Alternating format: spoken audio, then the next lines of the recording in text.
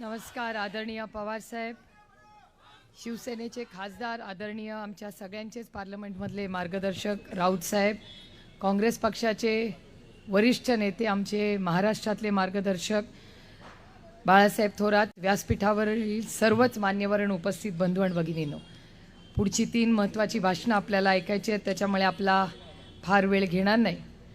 पण शिरूर लोकसभा आणि बारामती लोकसभा मतदारसंघातल्या प्रत्येक कार्यकर्त्याचे मी मनपूर्वक आभार मानते की गेले 3 दिवस रात्र आपण या आक्रोश मोर्चात जे सगळे चाललात फिरलात, लोकांपर्यंत पोचलात. एक वेगळा आक्रोश आणि हा निरोप मंत्रालयाच्या 6व्या मजल्यापर्यंत पोचलाय. त्याच्यामुळे ह्याचं सगळ्यात मोठं यश आणि पोचपावती म्हणजे या राज्याचे माननीय मुख्यमंत्री हे पहिल्यांदा शिरूर लोकसभामध्ये येत आहेत, ह्याच्याच आपल्याला यश मिळालेलं आहे.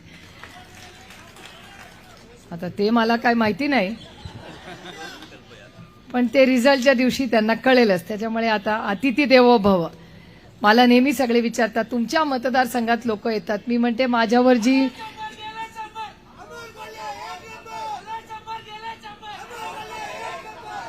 अरे परवा मी एक त्या ह्याच्याची ऐकली, परवा इथे आहे का कोण इंदापूरचं, ती परवा सक्षनानी काय सांगितली आपल्याला, सोलापूरला म्हणतात बाई काहीतरी कढीपत्त्याची, आता आठवे ना मला. हा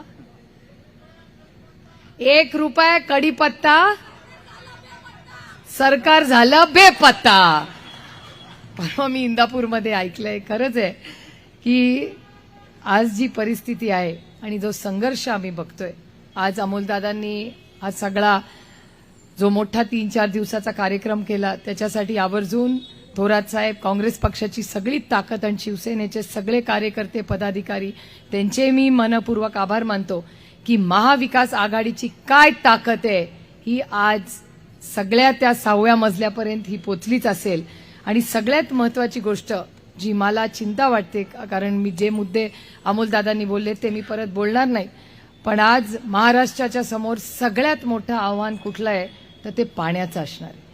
बारामती लोकसभा मतदारसंघात जलजीवन मिशनच्या माध्यमातून जे काम झालं, अतिशय उत्तम कामं झाली.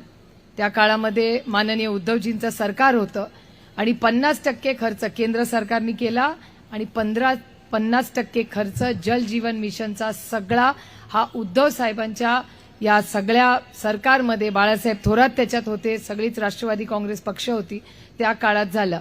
इन्फ्रास्ट्रक्चर झालं, टाक्या झाल्या, पाईप बसले, पण त्याच्यात पाणीच नाही आज. त्याच्यामुळे पाण्याचं नियोजन आज अनेक भागांमध्ये, मी खरं तर 2 गोष्टी ज्या केल्या होत्या. 6 महिन्यापूर्वी मी माननीय पियुष गोयल यांना ट्विटरच्या माध्यमातून एक पत्र लिहिलं होतं की आजपासून कांद्याचा प्रश्न हा गंभीर होणार आहे, तुम्ही काहीतरी निर्णय घ्या. आणि तेव्हा पियुष गोयलनी त्यांच्या पद्धतीने मला सांगितलं होतं तुम्हाला काय शेतीतलं कळत नाही, काही होणार नाही, ते सगळं ठीकच होणार आहे. आज तुम्ही बघताय कांद्याची काय परिस्थिती आहे.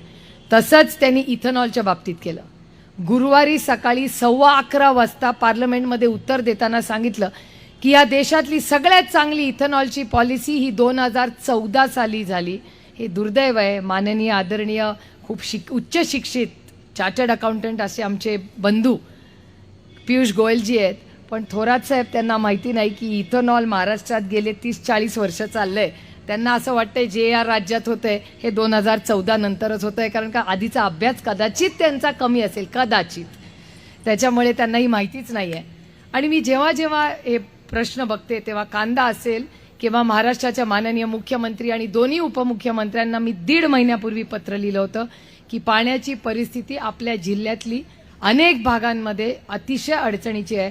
आजही मी बारामती आणि पुरंदर, इंदापूर आणि दौंडला जेव्हा अमोलदादा आम्ही फिरत होतो तेव्हा प्रत्येक गावात, अनेक गावात असं आम्हाला महिला म्हणल्या की ताई कांद्याला तर भाव नाहीच आहे, दुधाला पण भाव नाही आहे, पण आमच्या गावामध्ये आज पाण्याचीही कमतरता होते.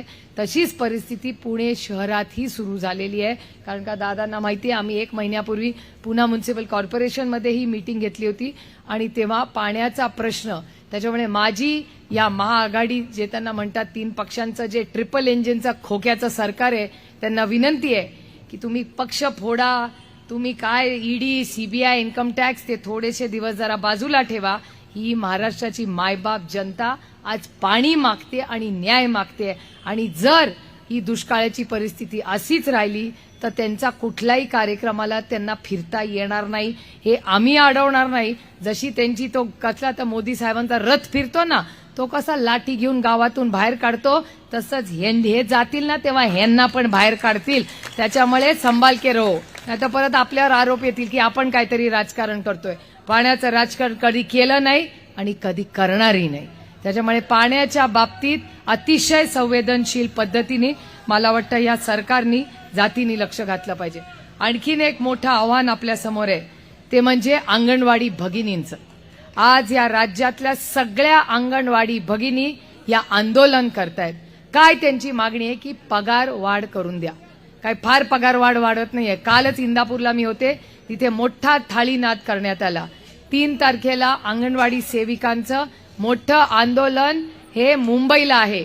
आज महाविकास आघाडीच्या वतीने मी आपल्याला शब्द देते की तुमच्यासाठी महाविकास आघाडीच्या वतीने तिन्ही पक्षाचे सगळे आमचे जे वरिष्ठ नेते असतील ते कुठलंही राजकारण न करता अंगणवाडी सेविकांना 3 तारखेला तुम्हाला तुमचा मान सन्मान करायला आणि तुमच्या या आंदोलनातनं पूर्ण ताकदीने आम्ही तुमच्याबरोबर आहोत आणि तुमच्याबरोबर राहू.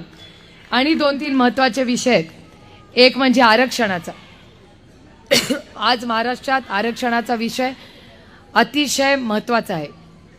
मी गेले 10 वर्ष आणि तुम्ही माझा रेकॉर्ड काढून पहा की गेले 10 वर्ष लोकसभेमध्ये सगळ्यात जास्त आरक्षणाबद्दल कोण बोललं असेल तर त्या खासदाराचं नाव सुप्रिया सुळे. मराठा, धनगर, लिंगायत आणि मुस्लिम समाजाच्या आरक्षणासाठी पूर्ण ताकदीने मी स्वतः बोललेले आहे. आणि भारतीय जनता पक्ष महाराष्ट्रात एक बोलतात, दिल्लीत एक बोलतात. महाराष्ट्रात म्हणतात धनगर समाजाला आरक्षण देऊ आणि दिल्लीत म्हणतात आम्ही आरक्षण देणार नाही आणि त्याला विरोध करतात. त्याच्यामुळे मराठा, धनगर, लिंगायत आणि मुस्लिम समाजाला जोपर्यंत आरक्षण मिळत नाही तोपर्यंत महाविकास आघाडी पूर्ण ताकदीने तुमच्या बरोबर लढत राहील, हा शब्द मी तुम्हाला देते. त्याचबरोबर एक छोटा मुद्दा म्हणून माझं भाषण संपवते की आज काँग्रेसचे सगळे वरिष्ठ नेते आहेत. राष्ट्रवादी काँग्रेस पक्ष आणि काँग्रेस हे एकाच आईची 2 मुलं आहेत. काही कारणामुळे वेगळे झाले, पण आम्ही विचार सोडला नाही. आणि मी जेव्हा जेव्हा विचार करते, आपण एक विचारधारेने काम करतो.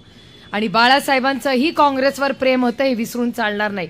मला अजूनही आठवतं प्रतिभाताई पाटलांचं इलेक्शन असू दे किंवा प्रणब मुखर्जी साहेबांचं इलेक्शन असू दे, दोन्ही वेळा बाळासाहेब ठाकरेंनी काँग्रेसच्या उमेदवाराला प्रेसिडेंट ऑफ इंडिया म्हणून साथ दिलेली आहे. हे काँग्रेस पक्ष आणि राष्ट्रवादी हे शिवसेनेचे उपकार कधीही विसरणार नाही. आणि मी जेव्हा विचार करते की हे नेहमी पार्लमेंटमध्ये आम्हाला सुनवतात की 70 साल में तुमने क्या किया. आपण जरा विचार करूया. एका बाजूला काँग्रेस, एका बाजूला भारतीय जनता पक्ष. आदरणीय, अरे तो जुमला तो वेगळा विषय, ती भ्रष्ट जुमला पार्टीचे 15 लाख त्याचा हिशोब करते मी नंतर. आपण विचार करूया सगळे की एका बाजूला काँग्रेस, दुसऱ्या बाजूला भारतीय जनता पक्ष. मला खरं सांगा, माझे आई वडील पुण्यात शिकलेले आहेत, त्यांच्या सगळ्या गोष्टी मी ऐकलेल्या आहेत. या राज्यामध्ये किंवा ह्या तुमच्या पुण्याचाच हिशोब घेऊ फक्त, पुण्यामध्ये वीज कोणी आणली हो? काँग्रेसनी का भारतीय जनता पक्षाने? शाळा कोणी आणल्या? कॉलेजेस कोणी काढली? हॉस्पिटल कोणी काढली? कारखाने कोणी काढले? आयटी कोणी आणली? काँग्रेसच ना, काँग्रेसमध्येच होते तेव्हा. पुण्यामध्ये सगळे मोठे ब्रिज कोणी बांधले? काँग्रेस आणि राष्ट्रवादीचं एकत्र होतं तेव्हा. रस्ते मोठे कोणी केले? फोन कोणी आणला हो? व्हॉट्सअप कोणी आणलं? इंस्टाग्राम कोणी आणलं? बँका कोणी काढल्या? आपली पीडीसीसी इथेच आहे. आता चालवणारे जरा बिरकटले, पण काढली आहे काँग्रेस पक्षाने. त्याच्यामुळे 60 वर्षात काय केलं जे विचारतात ना मला, त्यांना मी अभिमानाने सांगते, ओ हा प्रश्न विचारायचा अधिकार तुम्हाला जे लिहायला वाचायला शिकला ना ते काँग्रेस पक्षाची देण आहे, म्हणून तुम्ही शिकलाय. त्याच्यामुळे किसी और को सुनाव, जरा कॉलेज शाळा उद्योगपती काढून दाखवा. आम्ही यांच्यासारखं प्रायव्हेटायझेशन नाही. आणि अंगणवाडी भगिनींनो, काल इंदापूरमध्ये जोरात हवा चालली होती, जरा काळजी करा. कारण अमोल दादांना मला तुमच्यापैकी काही महिलांनी असं सांगितलं की आता अंगणवाडींचंही खाजगीकरण करायचा घाट हे सरकार करतंय. मी तुम्हाला महाविकास आघाडीच्या वतीने शब्द देते की या राज्यातली एकही शाळा जी सरकारी आहे आणि अंगणवाडी आम्ही त्याचं कुठल्याही उद्योगपतीला देऊ देणार नाही म्हणजे नाही. आणि ती सरकारच चालवेल आणि त्याचं प्रायव्हेटायझेशन आम्ही होऊ देणार नाही. ते सरकारचं काम आहे. आम्ही टॅक्स कशासाठी भरतो मग? जर सगळंच तुम्ही प्रायव्हेट कंपन्यांना देणार असाल तर मग आम्ही टॅक्स कशाला भरायचा? आणि हे सगळे जे म्हणतात ना विकास करतात, कुणाच्या पैशाने विकास करतात? त्या घरातले पैसे देता का तुमचे? आम्ही टॅक्स भरतो, आम्ही जीएसटी भरतो, त्याच्यातून विकास होतो. त्याच्यामुळे हे जे आपल्याला म्हणतात ना विकास आणि कसला विकास झाला? मला विचाराल तर गेल्या 6 महिन्यात मी या सरकारचा अभ्यास करते रेग्युलरली. याला इंग्रजीमध्ये पॉलिसी पॅरालिसिस झाला या सरकारला. एक काम झालं नाही, फक्त कॉन्ट्रॅक्टरचे धंदे मोठे झाले, एवढंच झालं. सर्वसामान्य मायबाप जनतेला काही या सरकारमध्ये मिळालं नाही. त्याच्यामुळे या सरकारच्या विरोधात आपल्याला मोठी लढाई लढायची. येतील सगळे, मोठी हेलिकॉप्टर येतील. काही लोक हेलिकॉप्टरनीच येतात. माझ्या मतदारसंघात तर 5 वर्षांनी एकदा येतात, म्हणतात मी हमी भाव देतो. हमी भाव तर दिलाच नाही. कर्नाटकाच्या माणसाला आमचा एक कारखाना विकला, इथे पण राहिला नाही. आता हरकत नाही, ते मिराणी बिचारे बरे आहेत, आपल्याला पैसे देत आहेत, पण ठीक आहे, आता दिला तर दुसऱ्याला. अशी अनेक तुम्हाला उदाहरणं मी देऊ शकते. आता ते राऊत साहेब सांगतील. राऊत साहेबांनी सगळा त्याचा अभ्यास केलेला आहे, त्याच्यामुळे तो विषय मी राऊत साहेबांसाठी ठेवते. पण ही गोष्ट आता ते तुम्ही नंतर वेगळं बघून सांगा कुठले कुठले बंगले. अनेक तालुक्यांमध्ये मोठे मोठे बंगले चालले. आता ते नाही हिशोब काढत मी आता. पण हा सगळा जो संघर्षाचा काळ आहे, अरे संघर्षामध्ये वेगळी गंमत आहे. कारण का शेवटी आपण कशासाठी सत्तेत असतो? काही लोक म्हणतात आम्ही सत्ता सेवेसाठी असतो, काही लोक वेगवेगळ्या कारणांसाठी. मी राजकारणात कशासाठी आले हे मला माहिती आहे. मी राजकारणात तुमच्या आयुष्यात एक चांगला बदल घडवण्यासाठी आले. आणि 3 गोष्टी लक्षात ठेवून आपण सगळ्यांनी पुढे काम करायचंय: सेवा, सन्मान आणि स्वाभिमान. सेवा मायबाप जनतेची, सन्मान महिलेचा, शेतकऱ्यांचा आणि ज्येष्ठ नागरिकांचा, आणि स्वाभिमान तुमच्या आणि माझ्या महाराष्ट्राचा. त्याच्यामुळे ही संघर्षाची लढाई मला काय अडचणीची वाटत नाही. कारण का मी छत्रपतींचं नाव घेते, अभिमानाने घेते. आणि आदरणीय ज्यांचे संस्कार आमच्यावर झाले असे कैलासवासी यशवंतराव चव्हाणांचेही संस्कार आमच्यावर झालेले आहेत. ते फक्त फोटोपुरतं नाही, आमच्या कृतीमधून पण आहेत. त्याच्यामुळे जेव्हा तुम्हाला आठवत असेल, जेव्हा जेव्हा महाराष्ट्रातला स्वाभिमानी माणूस भाषण करतो तो काय म्हणतो की जेव्हा हिमालयाला गरज पडली तेव्हा आमचा हा सह्याद्री हा दिल्लीला गेलेला आहे. चीनचं युद्ध जेव्हा झालं तेव्हा पंडित जवाहरलाल नेहरूंनी आवर्जून चव्हाण साहेबांना दिल्लीला बोलवलं आणि त्यानंतर आपण चीनच्या बरोबरचं जे युद्ध होतं ते जिंकलो. त्याच्यामुळे हे जे योगदान चव्हाण साहेबांचं आहे हे कधीच विसरणार नाही. आणि हे हिमालय आणि सह्याद्रीचं नातं आहे. पण आता परिस्थिती बदलली आहे, काळ बदललेला आहे. जेव्हा हिमालयाला शिंक येते ना तेव्हा आमच्या सह्याद्रीला ताप येतो इकडे. अशीच परिस्थिती झाली. आता अमोलदादा बोलले हे खोटं नाहीये की ह्यांच्यापैकी कोण इथेनॉलची जेव्हा अडचण आली तेव्हा एक तरी माणूस दिल्लीला गेला का? यांच्यापैकी एक पण गेला नाही. कांद्याच्या भावासाठी कोणी गेला का? गेला नाही. दुधाच्या भावासाठी गेला नाही. आरक्षणासाठी गेला का? मराठ्यांनो सांगा, आरक्षणाला गेला का? धनगर समाज सांगा, तुमच्या आरक्षणासाठी गेला का? लिंगायत का मुस्लिम कुणाच्या समाजासाठी गेले? हे फक्त स्वतःच्या स्वार्थासाठी जातात. मंत्री ते तर आहेच ना. आता म्हणूनच ती आधी भारतीय जनता पक्ष होता जेव्हा उद्धवजींची, राऊत साहेबांची आणि त्यांची मैत्री होती. आता त्यांचं नाव बदललेलं आहे. ते भारतीय जनता पक्ष नाही, ती भ्रष्ट जुमला पार्टी झालेली आहे. हा आरोप आहे माझा त्यांच्यावर. ते भ्रष्ट आहेत, ते जुमलेबाज आहेत आणि त्यांचा पक्ष आहे. आणि हे मी ताठ मानेनी का बोलू शकते? कारण का माझे विरोधक पण म्हणतात की सुप्रिया सुले की सबसे बड़ी ताकत उसकी ईमानदारी है. त्याच्यामुळे भ्रष्ट जुमला पार्टी माझ्या नादी कधी लागत नाही. मग ते आमचं ऐकलं नाही की आमचं निलंबन करतात. अरे निलंबन करून तर बघा, जर शेतकऱ्याला हमी भाव मागणं ही माझी चूक असेल तर 1 नाही 100 वेळा निलंबन झालं तरी चालेल, पण त्या भ्रष्ट जुमला पार्टीच्या दारात मी जाणार नाही. आणि कधी मी एक स्वाभिमानी मराठी मुलगी आहे, काय सत्तेत कोणी जन्माला येत नाही आणि आयुष्यभर सत्तेत राहण्यासाठी आलो नाही. आम्ही तुमच्या आयुष्यात, आणि एक तुम्हाला सांगते, मी विरोधात असले ना तरी आपली कामं होतात. कारण का आपण सत्तेत असताना लोकांशी चांगलं वागलं ना, विरोधात असलं तरी बिचारा कलेक्टर फोन घेतो आपल्याला. कारण का आपण कधी बदली आणि भानगडी आणि ते असल्या उद्योगाची कामं त्याला कधी सांगितली नाही. आणि त्यालाही माहिती आहे की हिच्या जास्त नादी लागायला नको, कारण का हिनी कधी उलटी सुलटी कामं सांगितली नाही. त्याच्यामुळे प्रशासनाची तुम्ही स्वच्छ राहिला की तेही तुमच्याशी स्वच्छ राहतात. त्याच्यामुळे पुढे काय होईल ते इलेक्शनमध्ये आपल्याला सगळ्यांनाच माहिती. आणि ते आज राऊत साहेब आहेत म्हणून त्यांच्यासमोर सांगते, कारण काय राऊत साहेब ही सगळी लोक बसलेत ना, हे पत्रकार आम्हाला रोज छळतात, कोण किती सीट लढणार, कोण सीट. मी त्यांना म्हणते तू माम खाव, पेड मत गिनो. आमचे रिझल्ट लागल्यावर किती निवडून येतात ह्याचा हिशोब फक्त बघा. कारण का ते म्हणतात 305 40 पार वगैरे, ते त्यांचे डायलॉग आहेत. आम्हाला माहिती आहे आता सर्वे पण आलेला आहे. त्याच्यामुळे सर्वे काय सगळं खोटं बोलत नाही. त्याच्यामुळे सर्वेमध्ये पण आपलं चांगलं आहे आणि रोज गिनती वाढत चालली आहे. त्याच्याचमुळे आता सगळे आपल्याला इलेक्शन कुणासारखं लढायचं, दंगेकरांसारखं लढायचंय. त्याच्यामुळे आपली ही लढाई या ब्रिटिश भ्रष्ट जुमला पार्टी बरोबर आहे.